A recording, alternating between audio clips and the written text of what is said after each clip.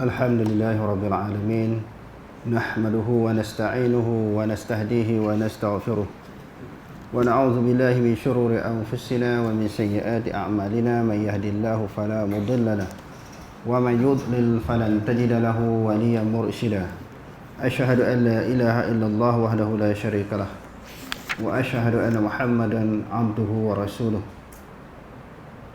اللهم صل وسلم وبارك على محمد وعلى آله وأصحابه أجمعين اللهم رب اشرح لي صدري ويسر لي أمري واحلل عقدة من لساني يفقهوا قولي ولا حول ولا قوة إلا بالله العلي العظيم اللهم لا سهل إلا ما جعلته سهلا وأنت تجعل الحزن إن شئت سهلا ربي يسر ولا تعسر وأتمم بالخير أما بعد. Muka surat 25.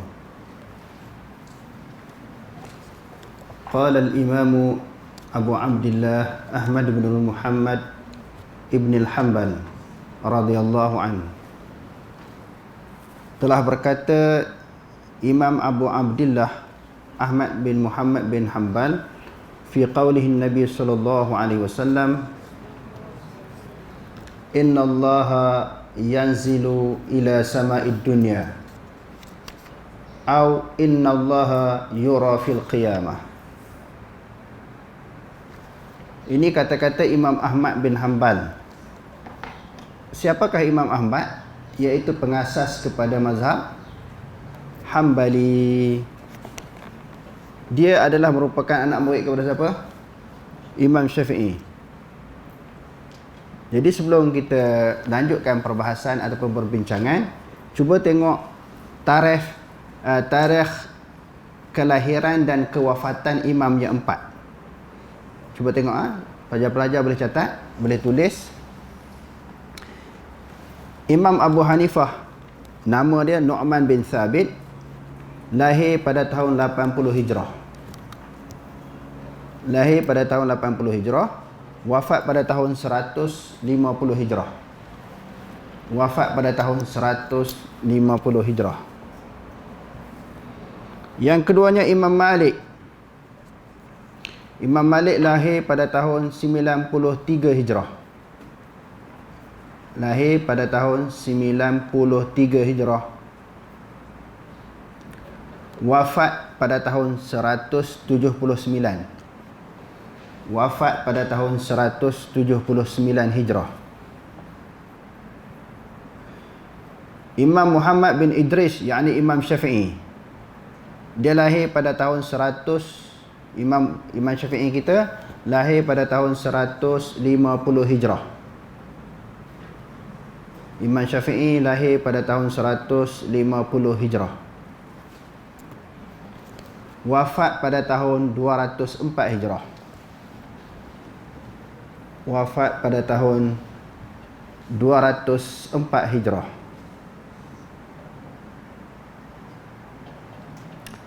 Yang terakhir Imam Ahmad bin Hanbal, lahir pada tahun 164 Hijrah.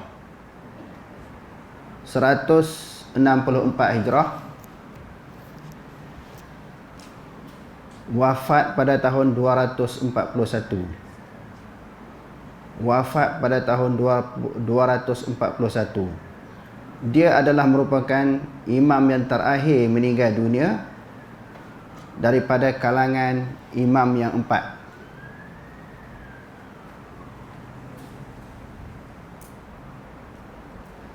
Okey, Imam Abu Hasan Asy'ari pula lahir pada tahun 260 Hijrah.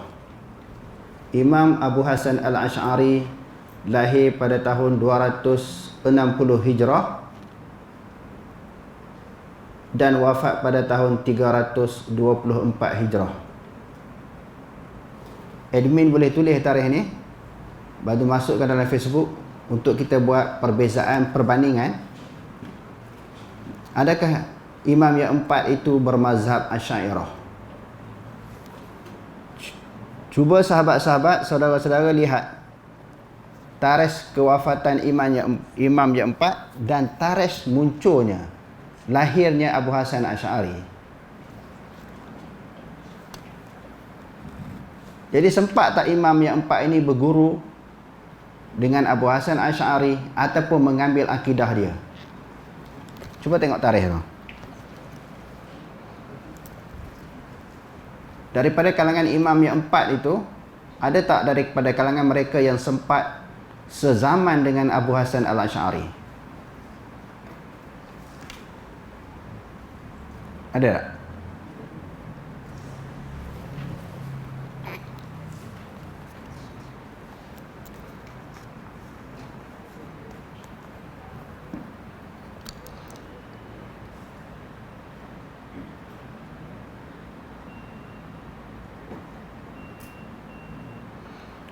Maknanya semua imam-imam ini tak sezaman. Bahkan keempat imam ini wafat terlebih dahulu sebelum lahirnya Abu Hasan Al-Asy'ari. Dan Abu Hasan Al-Asy'ari bukan dia lahir-lahir dia terus menulis kitab. Mesti dia belajar dulu beberapa tahun. Dah dia dewasa, barulah dia tulis kitab. Barulah dia kemukakan pandangan-pandangan tentang akidah khalaf. Jadi secara kesimpulan, empat imam ini bukan Asy'ariyah. Empat imam ini Imam Syafi'i, Hambali, Maliki, Hanafi tidak berpegang dengan akidah Asy'ariyah. Jadi mereka berpegang dengan akidah apa? Pegang dengan akidah salaf. Jadi tak ada masalah lah kalau kita nak berpegang dengan Asy'ariyah ke ataupun akidah salaf. Kerana imam-imam yang besar sendiri pun tidak berpegang dengan akidah khalaf. Mereka pegang kepada akidah salaf. Sebab itu kita tengok keempat-empat imam ini bila bertemu dengan ayat mutasyabihat ataupun hadis-hadis sifat, mereka isbat. Bukan mereka takwil. Mereka isbat makna ayat dan mereka tafwid kafiyat. Tafwid makna serah. Isbat tangan, muka, istawa atas arash, mereka isbat.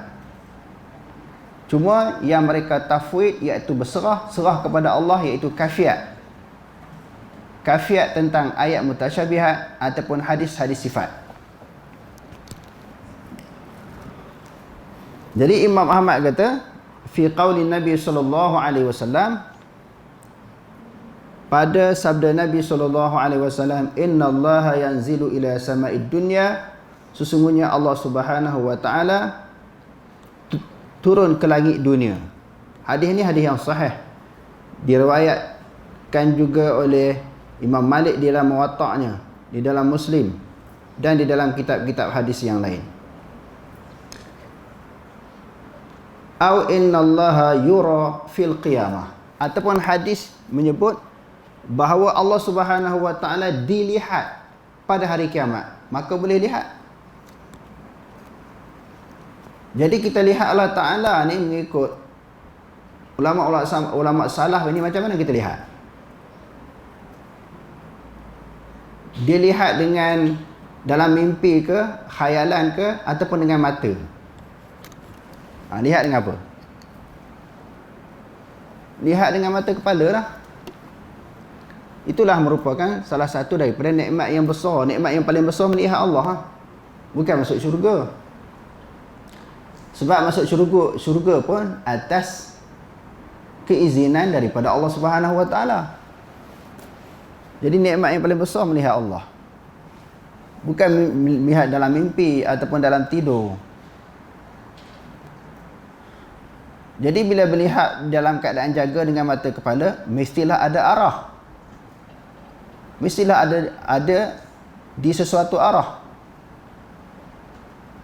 Nampak. Jadi kita nak faham macam mana nampak Allah Ta'ala ni. Serahlah kepada Allah. Allah Ta'ala yang menentukan orang beriman boleh melihat dia. Nak lihat macam mana, yang tu serah kepada Allah. Kerana yang menyebut tentang melihat Allah Subhanahu wa ta'ala di hari kiamat adalah datang daripada lidah Nabi SAW sendiri, bukan satu rekaan daripada orang. Jadi turun ke tu, kalau turun macam mana? Imam Ahmad berpegang turunnya Allah bukan turunnya rahmat Allah ataupun turunnya malaikat Allah. Bagi ulama-ulama khalaf, mereka kata turunnya rahmat ataupun turunnya malaikat. Turunnya malaikat Allah ataupun turunnya rahmat Allah. Ada perkataan yang mahzuf, perkataan yang dibuang. Yanzilu ila sama'id dunya, turun tu maknanya turunnya malaikat ataupun turun rahmat. Tapi bagi ulama-ulama salaf yang berpegang kepada akidah salaf seperti Imam Ahmad bin Hanbal, Imam Syafi'i, Hanbali dan juga Hanafi, mereka kata turun memang turun betul, Allah Ta'ala yang turun. Mereka isbat makna turun, tetapi mereka serahkan kafiat turun tu macam mana. Ada orang bertanya, bila kata Allah Ta'ala turun ke langit dunia, jadi aras tu kosong daripada Allah Ta'ala. Itu seorang-seorang yang timbul dalam pemikiran. Di dalam pemikiran mereka untuk menafikan sifat Allah ataupun mesti nak ayat-ayat Quran yang berkaitan dengan mutasyabihat ataupun hadis-hadis sifat ni mesti nak palingkan daripada makna asal kepada makna yang lain daripada makna yang dikehendaki oleh Allah, yakni dengan maksud mentakwilkan. Macam mana? Bila Allah Ta'ala turun, langit di atas arah tu Allah Ta'ala kosong, tak ada. Arah tu kosong daripada Allah. Sedangkan orang salaf sebut Ar-Rahmanu ala arsy istawa. Okey, kita tanya balik soalan kepada mereka. Allah Subhanahu wa Ta'ala menurunkan malam Lailatul Qadar pada malam yang ganjil pada setiap tahun. Contohnya, malam yang ganjil di Malaysia turun 23, malam 23. Di Saudi malam bila? Dia mesti malam yang ganjil, disebut dalam hadis yang diriwayatkan oleh Imam Bukhari dan Muslim. Jadi di Amerika tarikh tak sama, Saudi tak sama, Jordan tak sama. Macam mana? Bagaimana turunnya Lailatul Qadar? Dia turun sekali je. Kalau dah Malaysia dah dapat Lailatul Qadar, diturunkan Lailatul Qadar, negara-negara lain macam mana? Yang tarikh tak sama. Tarikh bukan sama. Yang ni mereka boleh terima tanpa persoalan, tanpa kemusykilan, tanpa bakangan. Yang tu serah kepada Allah. Allah Ta'ala kata macam tu, kita terima. Begitu juga kata Allah Ta'ala turun macam mana, tak perlu ditanya. Yang kita wajib, kita terima sahaja penghabaran, maklumat-maklumat, sama ada maklumat itu datang daripada Al-Quran ataupun datang daripada hadis Nabi. Jadi tak perlu tanyalah. Begitu juga disebut di dalam hadis yang sahih, melihat Allah. Serah kepada Allah, lihat macam mana. Kenapa kita nak pening kepala, nak bedah siasat, kita nak fikir sampai pecah kepala macam mana melihat Allah Ta'ala ni. Lalu mereka buatlah andaian-andaian. Buat bukan daripada arah, bukan berada di arah ataupun tempat-tempat yang tertentu, kerana nak menafikan, nak menolak tempat itu. Kalau datang daripada arah tempat tertentu, maknanya tempat makhluk, arah tu makhluk.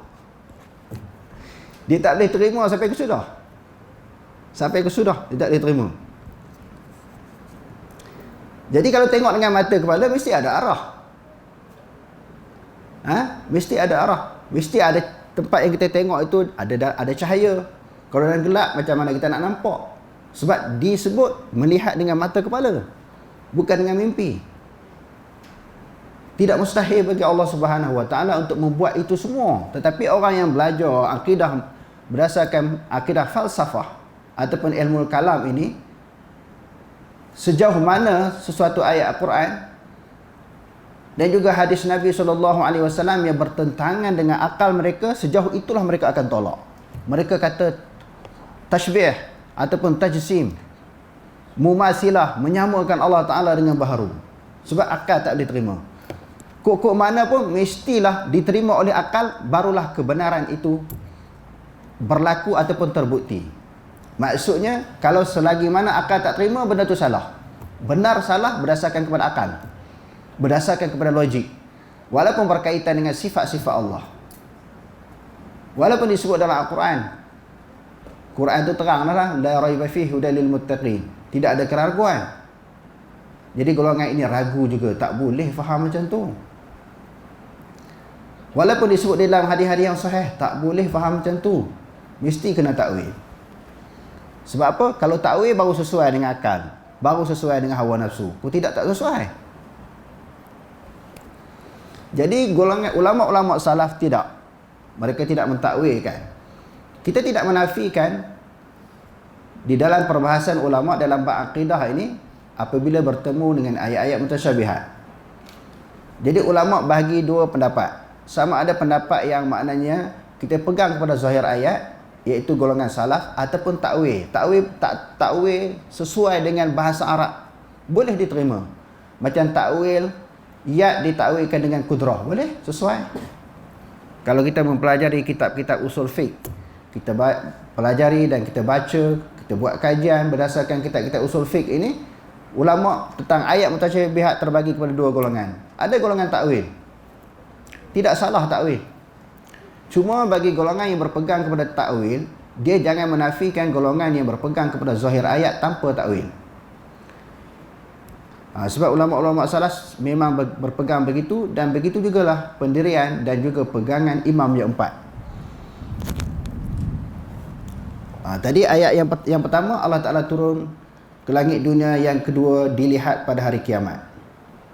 Wa ma ashbaha hadhil ahadith, dan sesuatu yang menyerupai hadis-hadis, yang menyerupai hadis-hadis Nabi. Selain daripada hadis-hadis inilah, apa-apa hadis pun yang menceritakan tentang sifat Allah Subhanahu wa taala diterima. Wa nusaddiqu biha. Imam Ahmad kata apa? Kami membenarkan, mengiyakan, maknanya kami menerima. Bila kaifin, tanpa kafiat. Bukanlah kata melihat Allah Taala ni kafiat dia begini-begini. Allah Taala turun ke langit dunia, kafiat ataupun caranya begini-begini tak ada sebut. Turun-turun lah. Melihat-melihat, serah kepada Allah. Allah Ta'ala yang mengetahui. Dia kata macam tu, kita terima. Wala ma'nan naruddu syai'an minha, dan tidak ada makna yang kami tolak sesuatu daripadanya. Maknanya ambil makna lain. Kalau turun, bukan turun Allah, turun rahmat, turun malaikat. Tak, kami terima apa yang sahaja yang disebut oleh hadis Nabi SAW. Wa na'lamu anna ma jaa bihi ar-rasulu haqqun, dan kami mengetahui sesungguhnya apa sahaja yang telah membawa akannya oleh Rasul semuanya benar, bukan salah. Apa yang Nabi bawa semua betul, semua benar.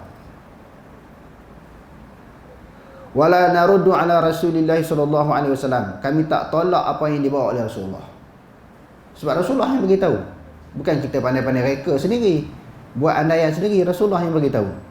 Wala nasifullaha, dan kami tidak mensifatkan Allah. Mensifatkan, menceritakan, menghuraikan, menyebut, tidak mensifatkan Allah bi aktsari mimma wasafa bihi nafsahu bila haddin wala ghayatin. Kami tidak mensifatkan, kami tak menyebut tentang Allah lebih daripada apa yang Allah Ta'ala sebut. Apa masalah? Kami tidak mensifatkan ataupun menyebut tentang Allah lebih daripada apa yang Allah Ta'ala sebut. Allah Ta'ala kata ada tangan, kami sebut tangan. Allah Ta'ala kata nuzul, kalau Allah Ta'ala kata nuzul, nuzul lah. Ataupun Nabi sebut nuzul, kami pun terima nuzul. Nabi sebut Allah Ta'ala boleh dilihat, kami kata boleh dilihat. Kami tak buat suatu andaian ataupun sebutan lebih daripada apa yang disebut oleh Allah, apa yang disebut oleh Rasul.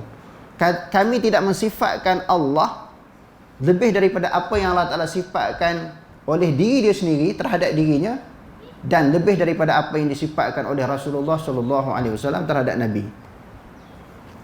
Sebab itu kalau kita baca di dalam kitab Sunan Tirmizi, bila menceritakan tentang tangan Allah, disyarahkan oleh Mubarak Puri di dalam kitab Tuhfatul Ahwazi. Sunan Tirmizi dikarang oleh Imam Abu Isa At-Tirmizi. Syarah dia banyak. Di antara syarahnya Al-Mubarak Puri, nama pengarang, di dalam kitabnya Tuhfatul Ahwazi.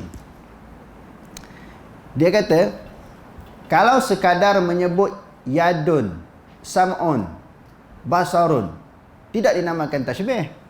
Sebut Allah Ta'ala ada tangan, Allah Ta'ala melihat, Allah Ta'ala mendengar, tak dipanggil tashbih. Kalau yang kata tashbih, yadun ka yadin au mislu yadin, itu tashbih. tangan seperti tangan-tangan. Tangan Allah seperti tangan baharu, tangan Allah seperti tangan makhluk. Itu baru tasbih, baru menyerupakan Allah dengan baharu. Allah Ta'ala melihat, Allah Ta'ala mendengar sebagaimana pendengaran makhluk, sebagaimana pendengaran baharu, sebagaimana pendengaran manusia. Yang tu baru tasbih. Kalau sekadar menyebut tangan sahaja, melihat, mendengar, berkata-kata, tidak sekali-kali boleh dianggap sebagai tasbih. Jadi kalau sahabat-sahabat kita ataupun mana-mana golongan yang mengaji Sahih Sunan Tirmizi ini dengan betul, dia faham dengan baik, dia tidak berani membuat satu tuduhan kepada orang lain bila mengatakan Allah Ta'ala itu ada tangan ataupun melihat atas aras dan sebagainya. Tak berani mereka nak menuduh dengan perkataan mujassimah, musyabbihah ataupun mumathilah. Tak berani nak tuduh macam tu. Kita dah ulang banyak kali dah kan. Alhamdulillah di Malaysia ni tak ada orang lah, selama mana yang kita tahu, sama ada daripada golongan Asy'ariyah yang berpegang dengan akidah khalaf ataupun daripada golongan Salafi yang berpegang dengan akidah salaf. Tidak ada seorang pun, mana-mana individu daripada dua kumpulan ini yang mengatakan Allah Subhanahu Wa Taala serupa dengan baharu. Tak ada. Khalaf ke, salaf ke, Asy'ariyah ke, orang pondok ke, orang Salafi ke, Wahabi ke.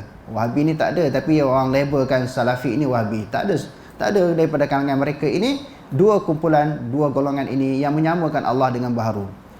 Semua orang tahu, sebab benda ni benda yang jelas. Kalau ada mana-mana orang yang menyamakan Allah dengan baharu, dia terkeluar daripada Islam. Dia kafir, dia murtad.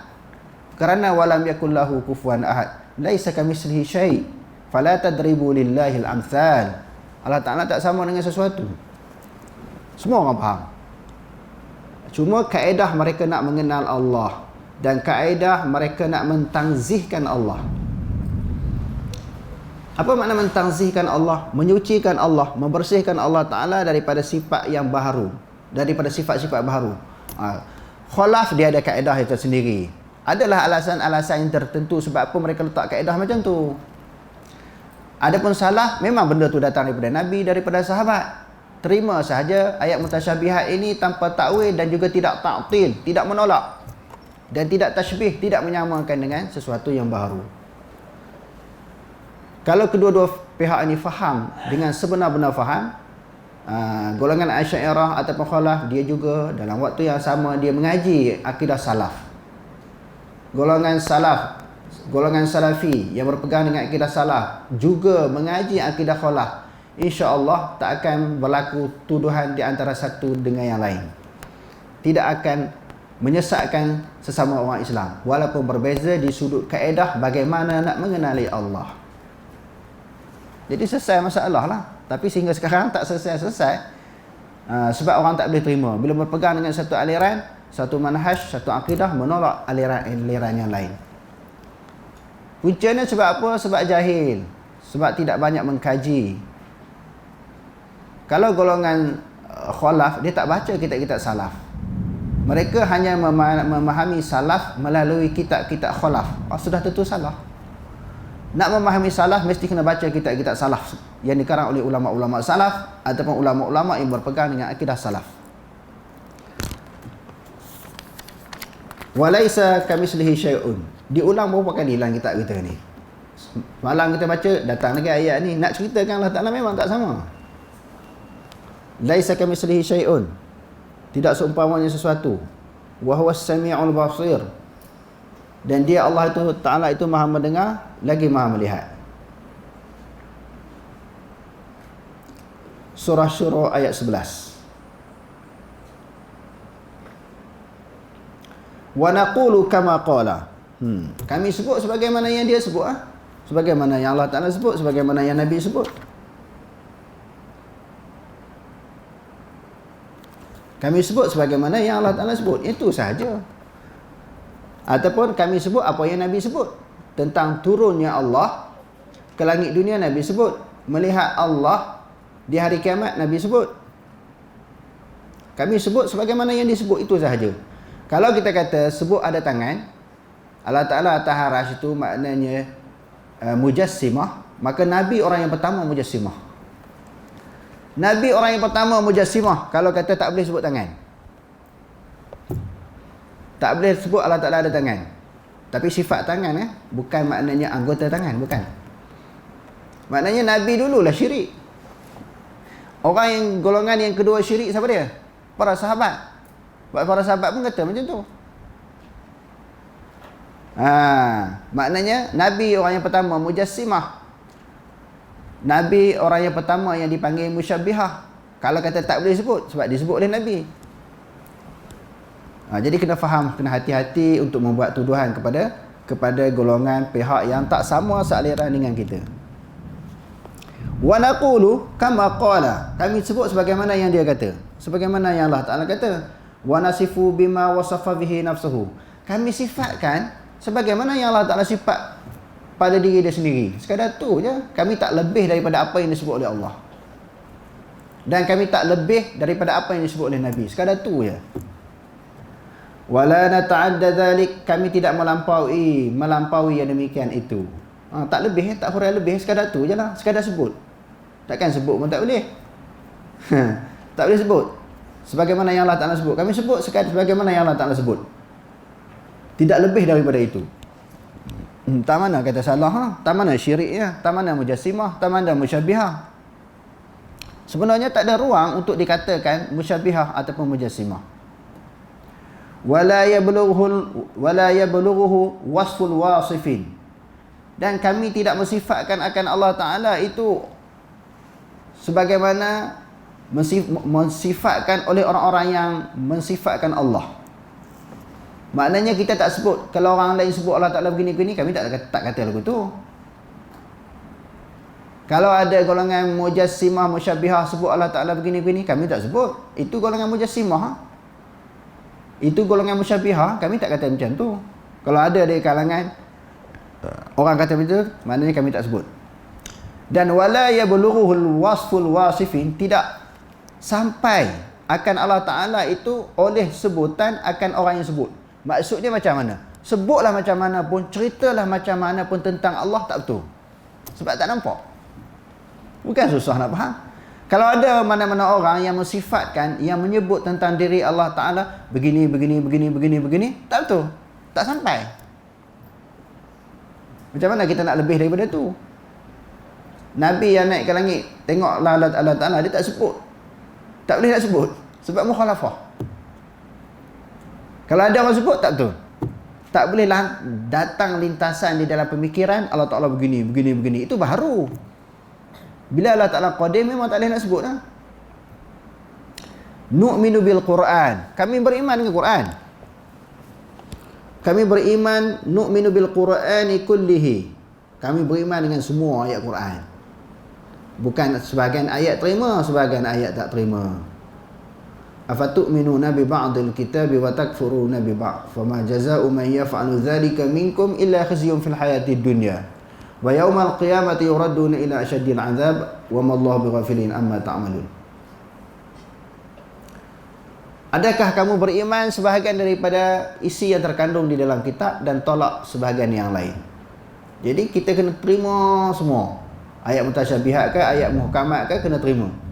Dia kata muhkamihi wa mutasyabihi.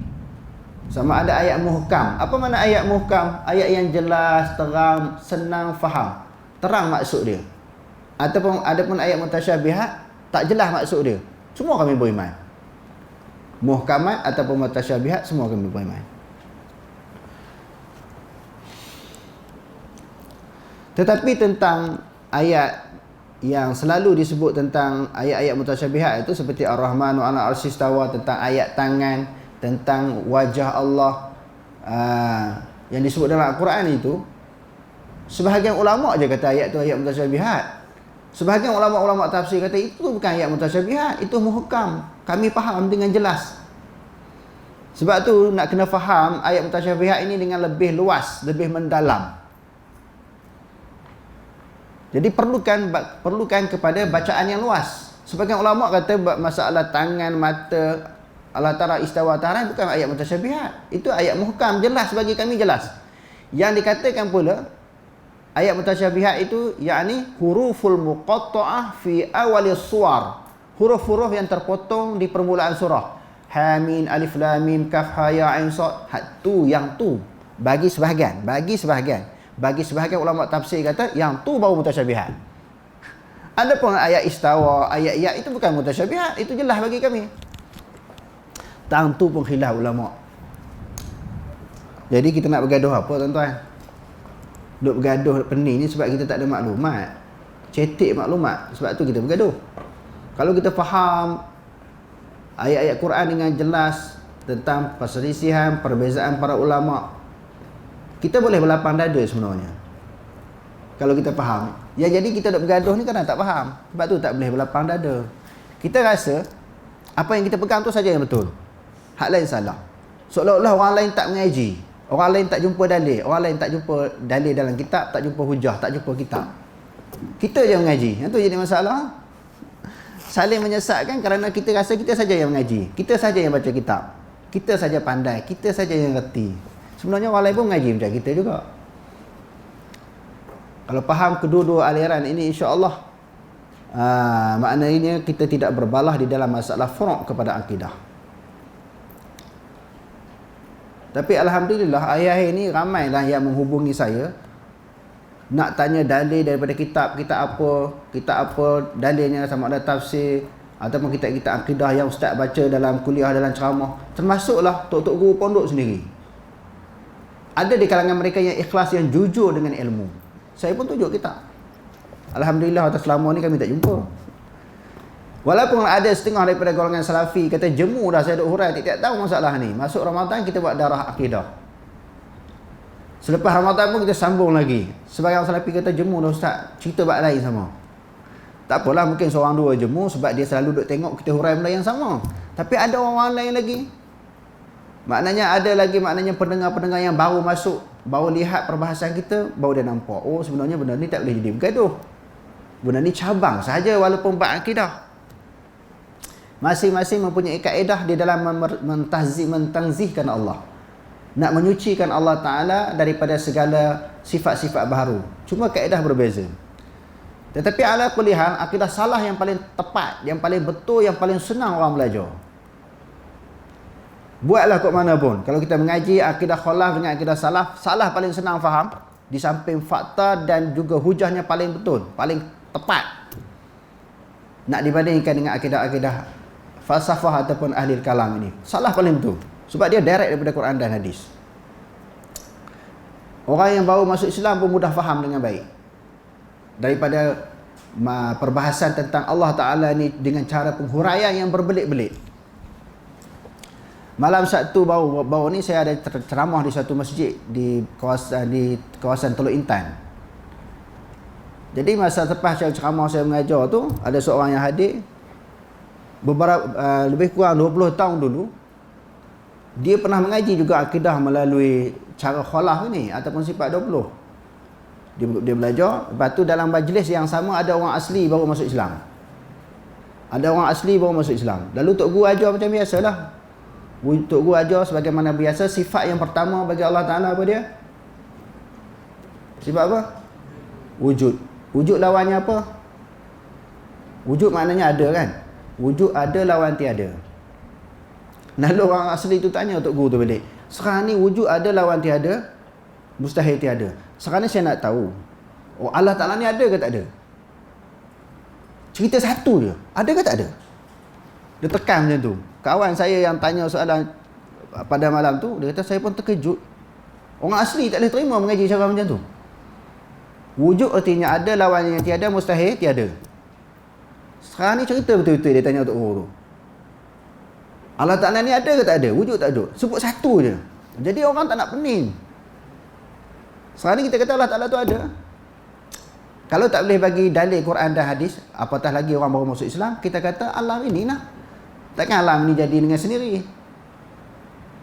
Kalau kita boleh baca Quran lagi baguslah. Ya ayuhan nasu ubudu rabbakumul ladzi khalaqakum wal ladzina min qablikum la'allakum tattaqun. Alladzi ja'ala lakumul arda firasyan was samaa'a binasa habis tu. Tapi kalau kita tak tahu Quran, kita cerita logik akal pun boleh. Tapi orang sekarang ni dia nak belajar dengan mudah. Nak kenal Allah Ta'ala tu dengan tepat, dengan tak nak berbelit-belit. Apatah lagi orang yang baru masuk Islam. Kita nak cerita, nak habis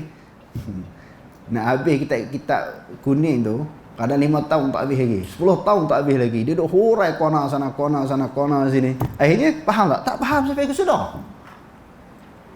Tak faham. Kalau dia faham, dia tidaklah menyesatkan orang, taklah menuduh orang mujassimah. Dia tak faham lah mengaji 20 tahun. Jadi kalau kita belajar akidah secara salaf ini senang faham. Apa sahaja yang disebut oleh Allah Ta'ala tentang diri dia, kita terima semua. Kita tak sebut lebih daripada apa yang disebut oleh Allah Ta'ala. Jadi hilang kekeliruan. Tengok dia kata sini, kalau ada tak sampai pun menyebut tentang Allah, bagi orang-orang yang nak mensifatkan Allah Ta'ala begini-begini, tak sampai. Maknanya tak sampai, tak tercapai dan tak betul pun. Sebab Allah Ta'ala mukhalafah. Nu'minu bil Qur'ani kullihi wa muhkamihi wa mutasyabihi wa la nuzilu anhu sifatan min sifatih li syana'atin syuni'at. Dia kata kami tidak menghilangkan sifat Allah Ta'ala itu daripada sifat-sifatnya dengan celaan yang dicela. Kalau sebut tangan nanti orang kutuk kita pula. Sebut Allah Ta'ala taharash, nanti orang kata kita mujassimah pula. Lalu kami pun tak sebut. Tak. Kami sebut juga walaupun ada orang yang mencela. Walaupun ada orang yang menuduh, kami tetap kami sebut juga. Sebab Allah Ta'ala sebut macam tu. Sebab Nabi sebut macam tu. Wala nata'addal Qur'ana wal haditha. Kami tidak melampaui Al-Quran dan hadis. Tidak lebihlah daripada apa yang disebut dalam Quran dan juga hadis. Wala na'lamu kaifa kunhu dhalika illa bitasdiqir Rasul sallallahu alaihi wasallam wa tathbitil Qur'ani. Kami tidak mengetahui bagaimana keadaan ataupun sifat yang demikian itu. Maknanya kafiat. Kafiat Allah Ta'ala ni kami tak tahu. Dia sebut macam tu ya. Melainkan dengan membenarkan apa yang disebut oleh Rasul. Kami percaya apa yang Rasul sebut. Rasulullah kata turun lah. Allah Ta'ala turun. Kami pun terima turun. Turun macam mana kami tak tahu. Rasulullah kata Allah Ta'ala boleh dilihat pada hari kiamat. Kami pun terima je lah. Kami tak hurai lebih daripada tu. Lihat ni macam ni kami tak tahu. Kami terima aja.